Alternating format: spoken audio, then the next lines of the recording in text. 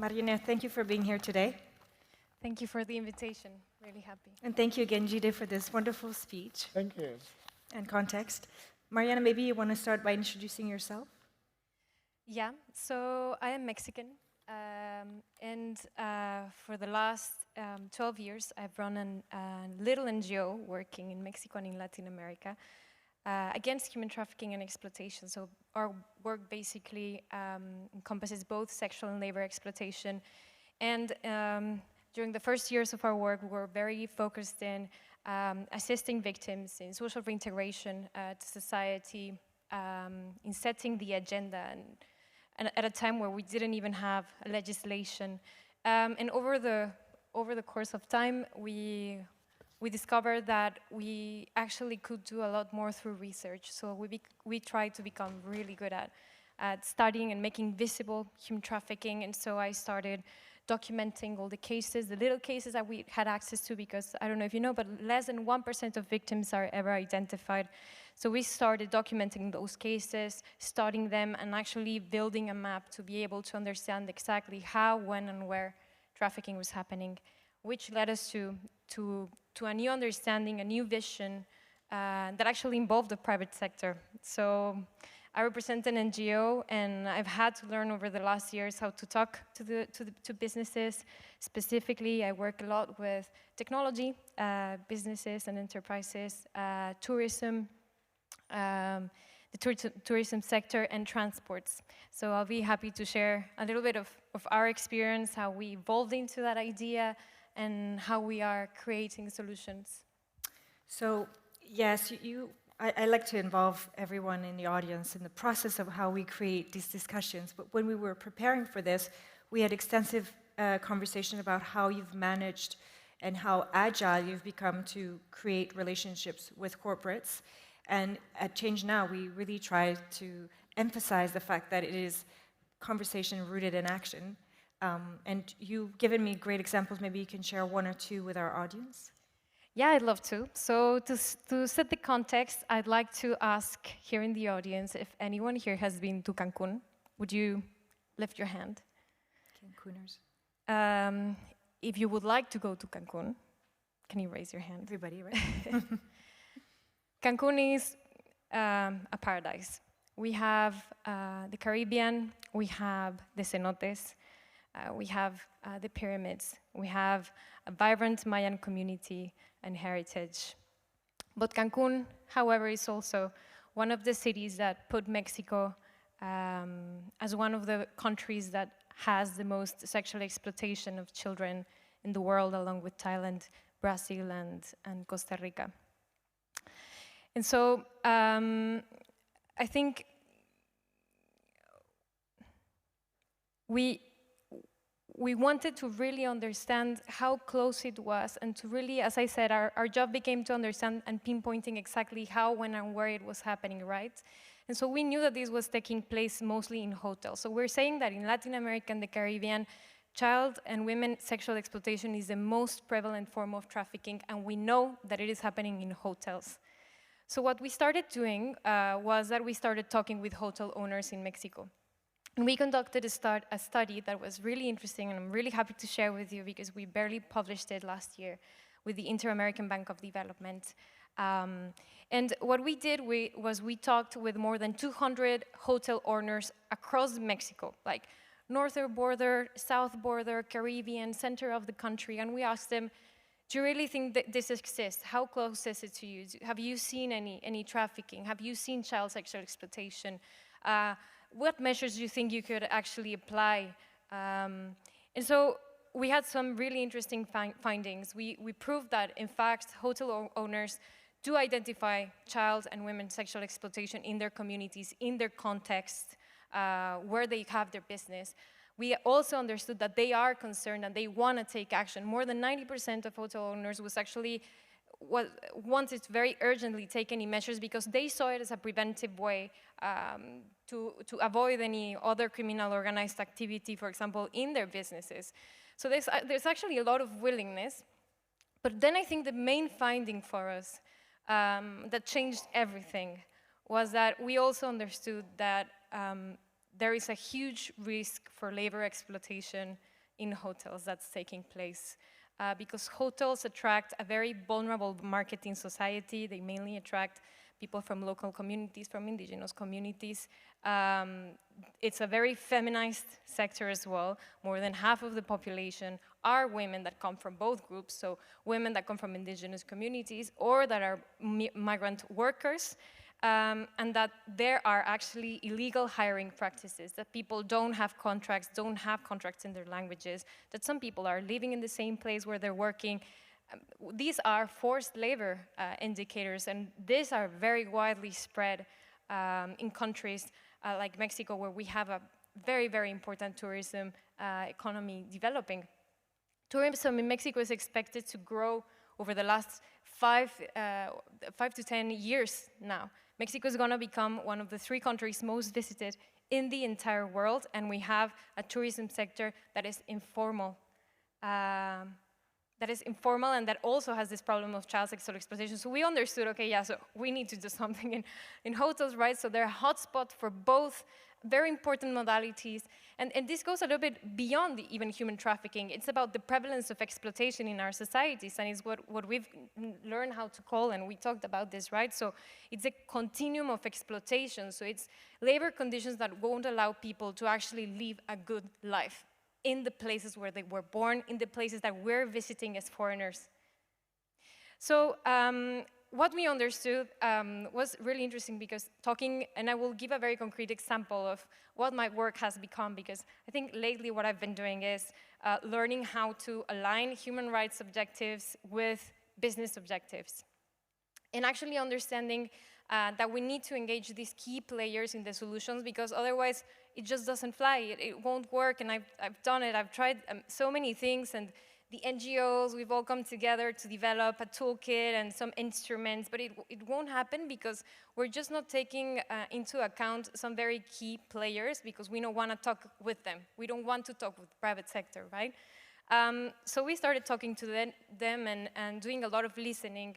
And for example, while doing observation in Mérida and in Cancun, which are these very important places for tourism in Mexico, we realized that for example, hotel owners will complain about a lot of rotation.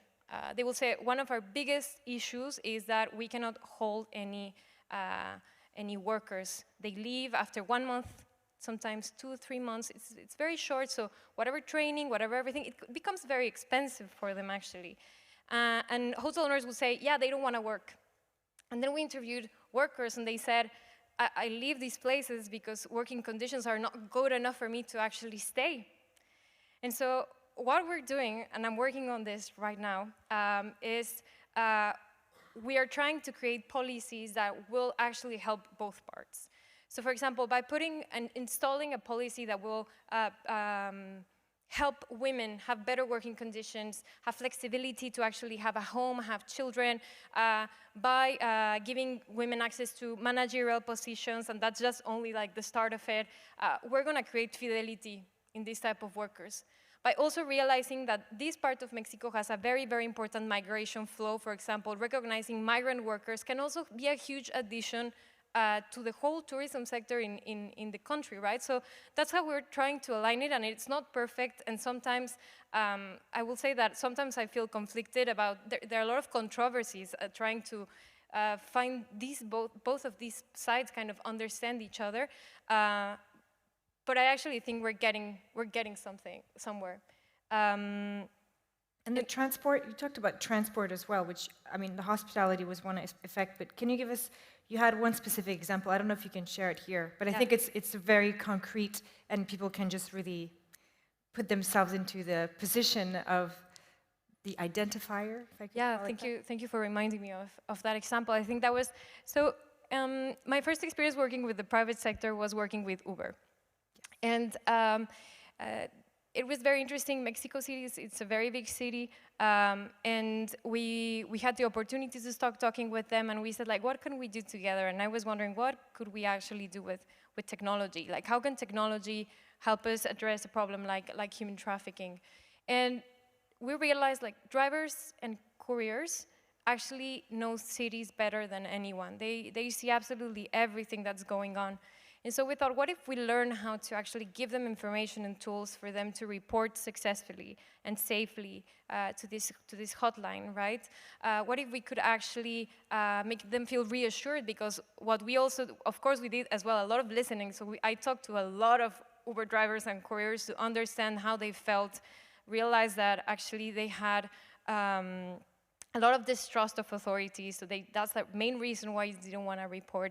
And so we set up in place this very interesting multi-stakeholder initiative where we had the UN Women, we had Uber, of course, we had us as an NGO, SINTRATA, and so that built trust, actually, and that increased trust, and we actually measured this by doing an RCT that we also conducted digitally, so it's insane. Like, imagine that through an app that people use daily, they will start receiving short messages throughout the course of the year at important times where they will receive very concrete indicators and very concrete success stories of how to react, when to react, what to do.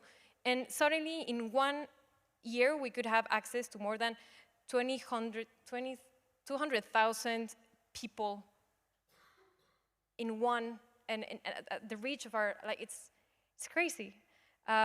So we actually started doing that, and that actually had amazing results in terms of victim identification, in terms of reporting crime.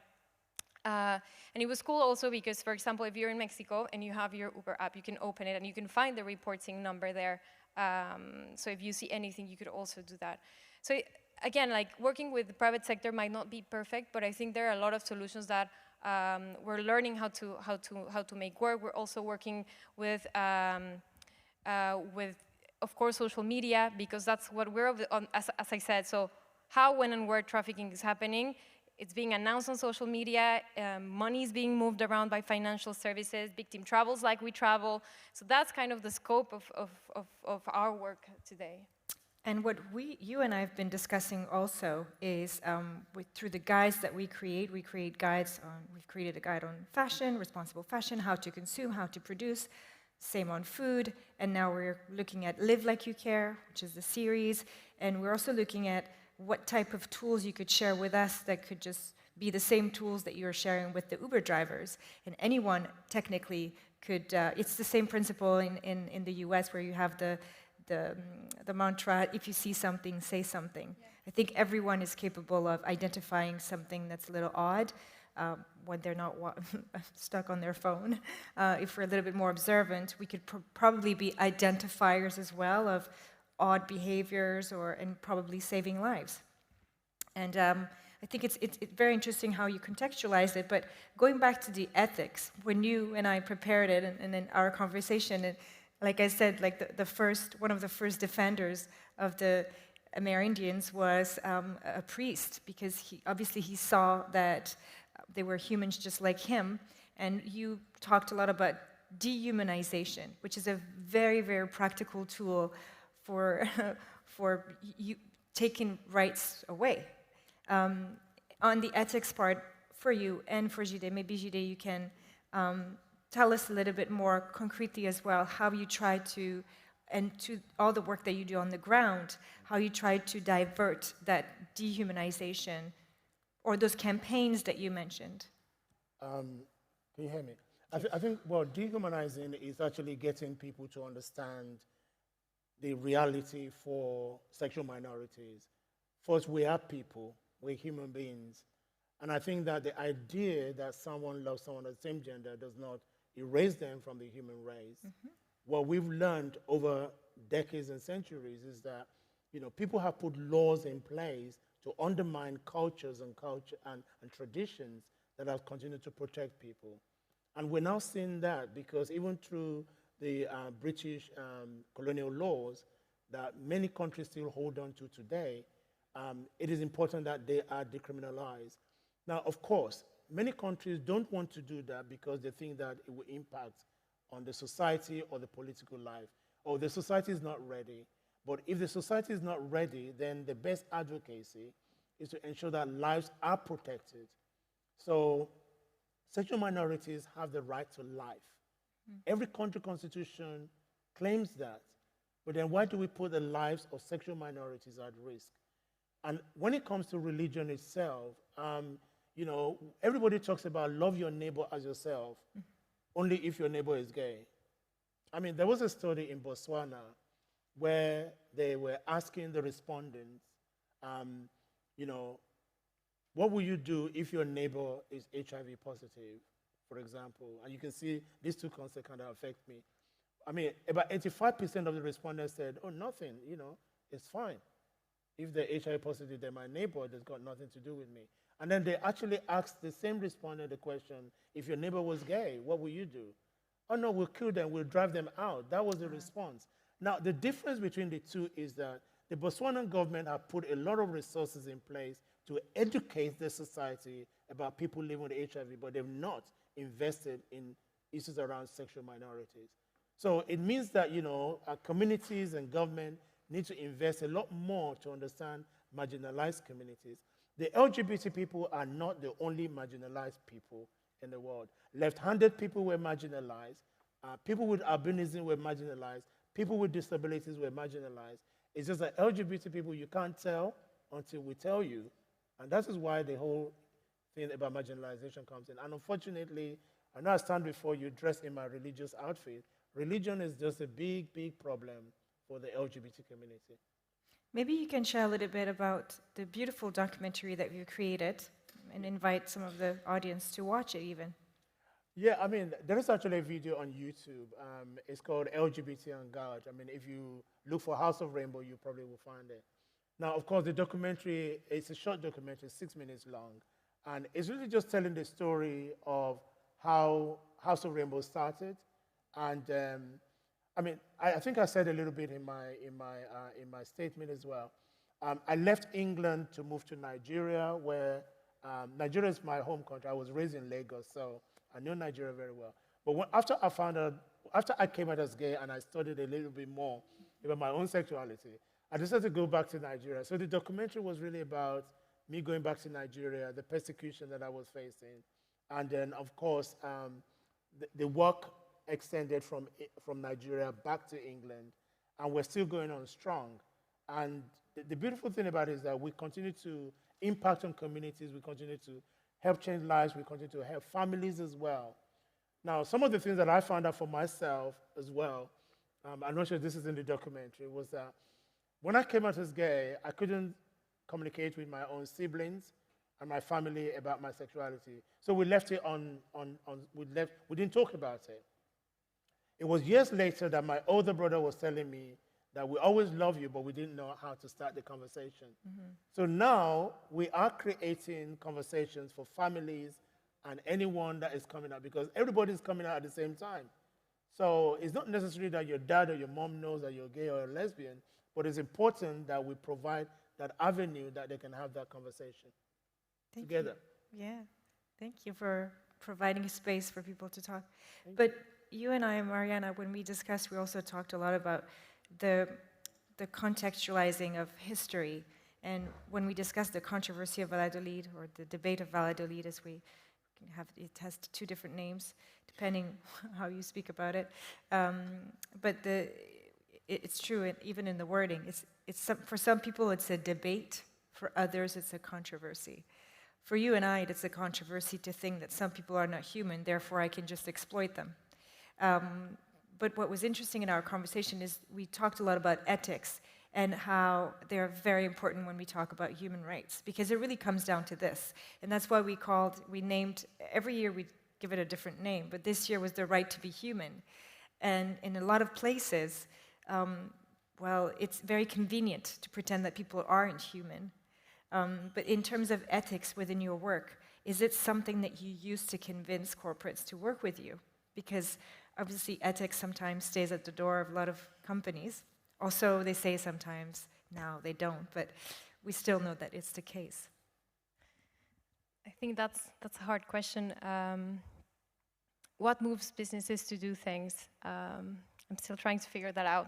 Sometimes it's evidence and hard numbers, coming and telling them, you know, there's 20% of your business that might be in risk of being intersecting with a crime.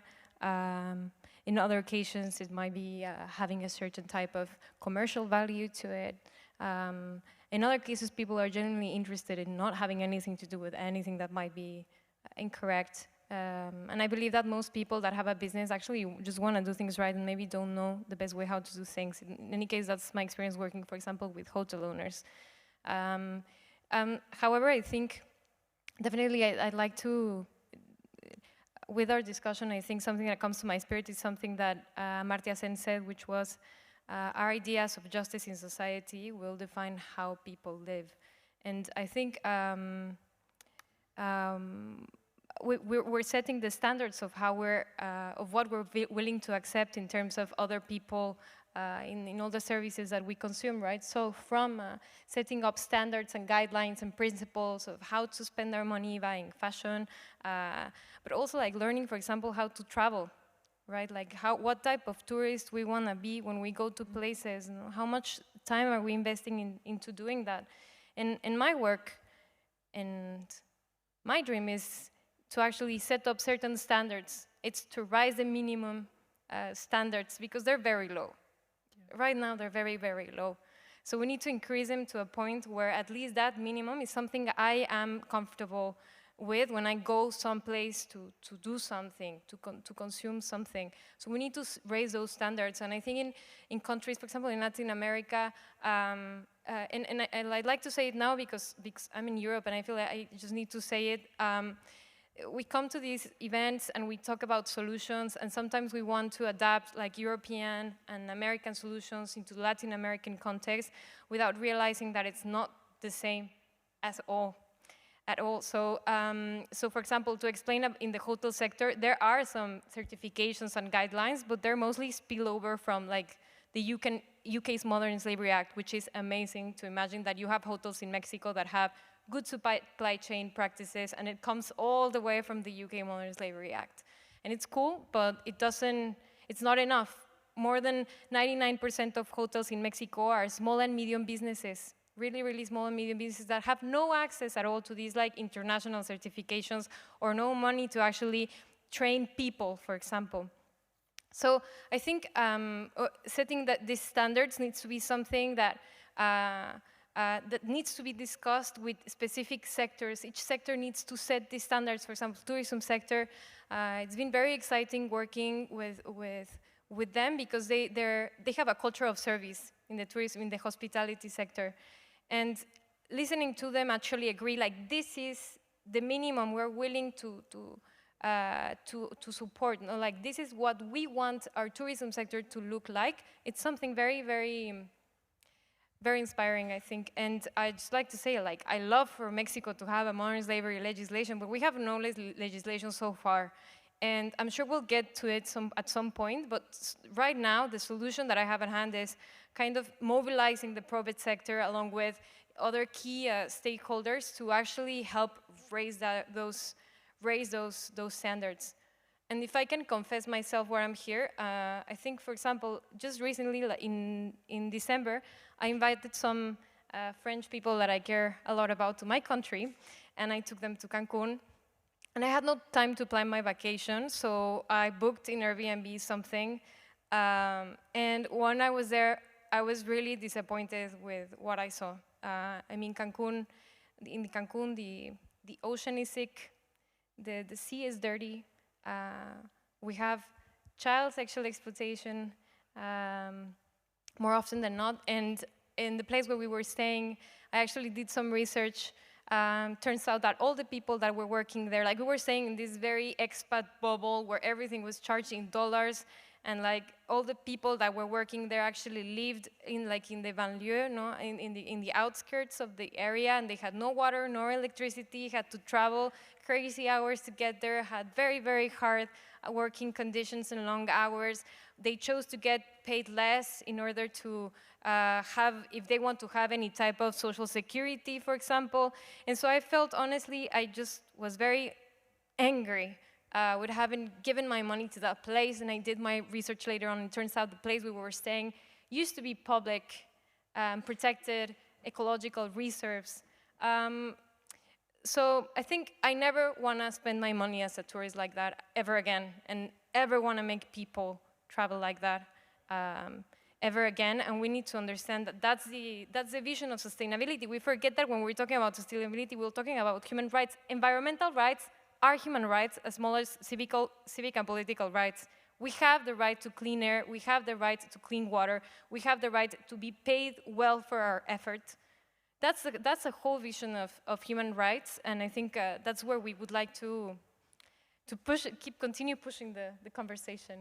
For sure. On that note, I think we can invite everyone, myself included, to continue to make choices that are not hindering someone else's rights, or yours possibly in the future, by making those choices. Thank you so much for being part of this panel. Thank you.